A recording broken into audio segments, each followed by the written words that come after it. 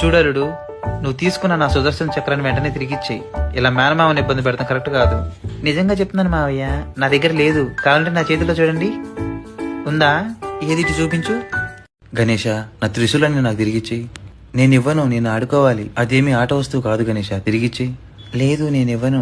వైకుంఠంలో మీ మామ విష్ణు ఉన్నాడు, అతని దగ్గర సుదర్శన చక్రం ఉంది. వెళ్ళి దానితో ఆడుకో. ఏంది బాబు ఎట్లా ఇరిగిచ్చేసావు? అలాగే నాన్న. ఇదేంటి ఇన్ని నోటిఫికేషన్స్ వచ్చినాయి?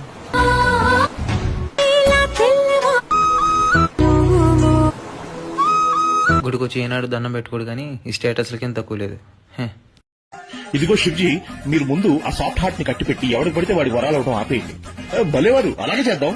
శివయ్య, నేను మీ భక్తుని, నాకు అమరత్వం కావాలి. ఓకే, తదాస్తు. ఇదిగో శివ్జీ, మీరు ముందు ఆ సాఫ్ట్ హార్ట్ ని కట్టిపెట్టి ఎవరికి పడితే వాడి వరాలు అవడం ఆపేయండి. భలేవారు, అలాగే చేద్దాం. శివయ్య, నేను మీ భక్తుని, నాకు అమరత్వం కావాలి. ఓకే, తదాస్తు.